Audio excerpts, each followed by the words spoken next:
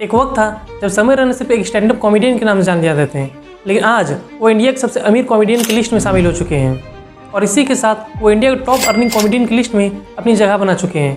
सोचिए सिर्फ कुछ सालों में ही इतना बड़ा सफ़र। लेकिन समय रैना 5-6 सालों में इतनी ग्रोथ हासिल की है कि वो इंडिया के सक्सेसफुल कॉमेडियन की लिस्ट में शामिल हो चुके हैं। समय कैसे करता है यार। लेकिन सबसे बड़ा सवाल, आखिर ये सब कैसे हुआ? कुछ साल पहले समय रैना की इनकम इतनी भी नहीं थी कि वो जीएसटी की लिमिट तक पहुंच सके।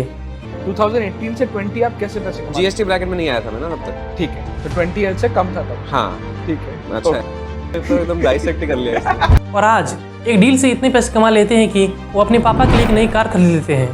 वो कार कमाने में कितना टाइम लगा आपको? एक ब्रांड वीडियो। तो भाई सही में आखिर 5-6 सालों में ही इतना बड़ा चेंज कैसे हो गया? इस वीडियो में हम लोग स्टेप बाय स्टेप पूरी समझेंगे।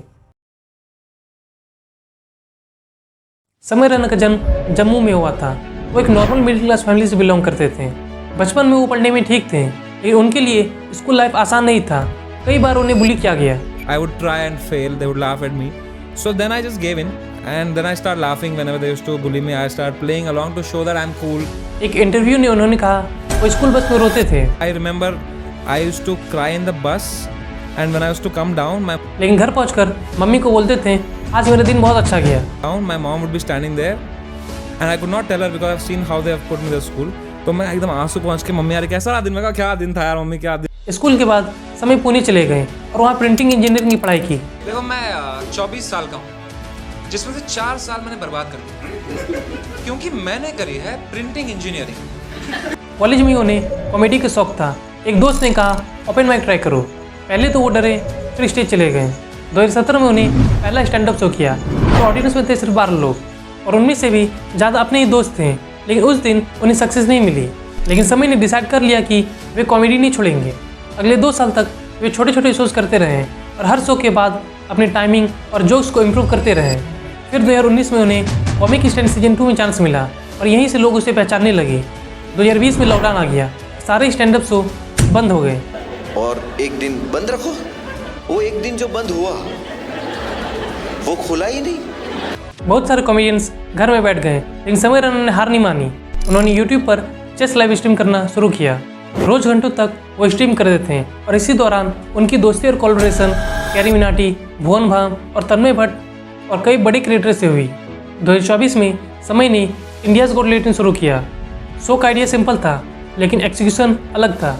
थोड़े ही टाइम में इंडिया के सबसे वायरल शो में से एक बन गया। Every person in the country is watching that show, including adults. छुप के ये शो से इंडिया का 5-6 करोड़ लोग देखते थे। हर वीडियो डाल रहा हूँ यूट्यूब पे 5 crore view, 6 crore view.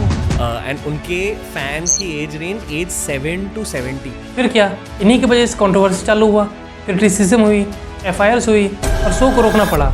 I don't think इससे हाई पॉइंट पे मेरे शो का सीजन 1 एंड हो सकता था। बहुत लोगों को लगा कि समय का करियर खत्म हो गया है, खासकर इन्हें।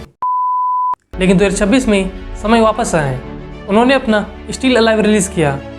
ऑडियंस ने उनका ज़बरदस्त सपोर्ट किया।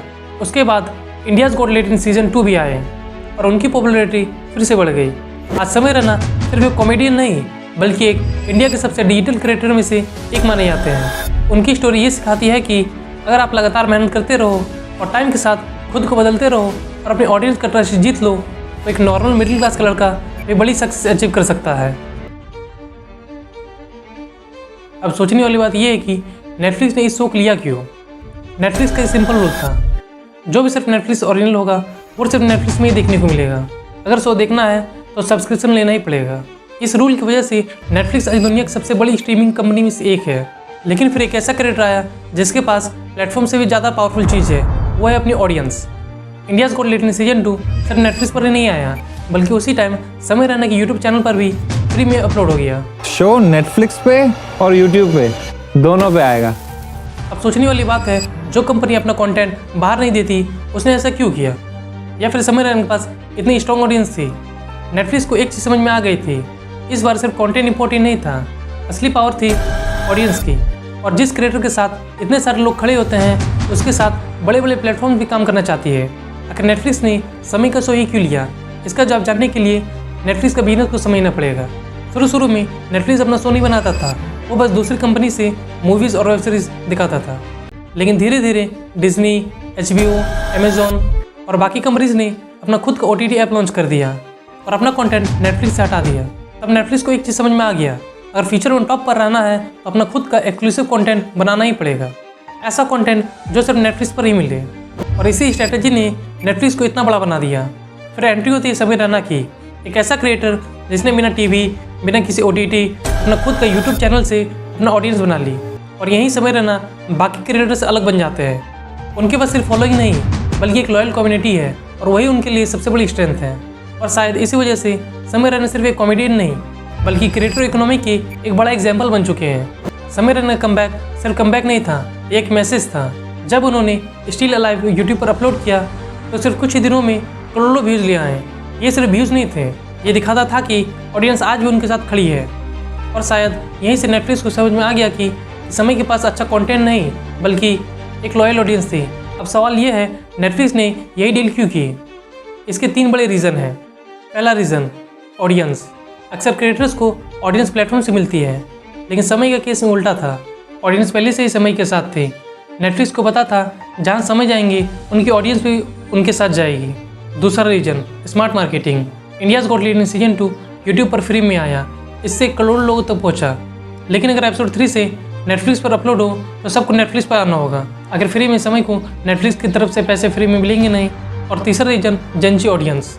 आज की जनरेशन टीवी से ज़्यादा यूट्यूब क्रिएटर्स को देखती है और समीर रैना उन क्रिएटर में से एक है। उनकी ऑडियंस उनके ऊपर बहुत ट्रस्ट करती है, इसलिए नेटफ्लिक्स ने एक शो नहीं लिया, उसने एक ऐसे क्रिएटर के साथ पार्टनरशिप की जिसके पास पहले से स्ट्रॉन्ग कम्युनिटी थी। और इस स्टोरी का सबसे बड़ा लेसन ये भी है, पहले क्रिएटर्स को बड़े प्लेटफॉर्म की जरूरत पड़ती थी, लेकिन आज अगर किसी क्रिएटर के पास लॉयल ऑडियंस हो तो बड़े प्लेटफॉर्म भी उनके साथ काम करना चाहते हैं। और शायद इसीलिए ये समीर रैना की स्टोरी नहीं है, ये बताती है कि आज के टाइम में ऑडियंस ही सबसे बड़ी पावर है। धन्यवाद।